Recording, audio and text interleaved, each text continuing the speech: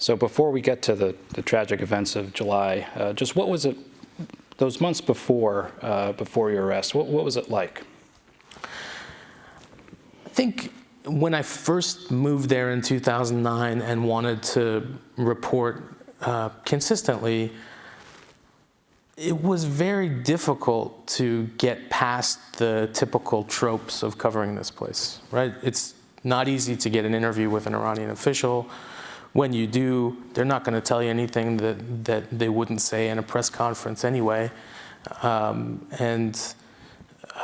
You spend tons of time running around to get nothing. So I realized pretty early on that if I was going to do anything different in this work than what the Associated Press, Reuters, AFP, Press TV, IRIB, the Iranian State Service was doing, I would have to go out and tell people's stories.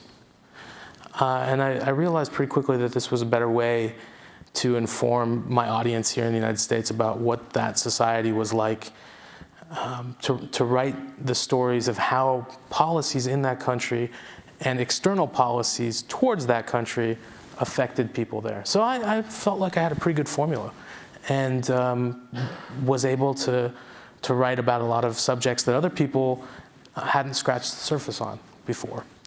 So I was on a roll, and at the time I was the only American citizen working there as a journalist for an extended period. Many of the journalists that were based there up until the election of 2009 were forced to leave at that time. I was one of those people that was forced to leave. But I went back, and nobody else did.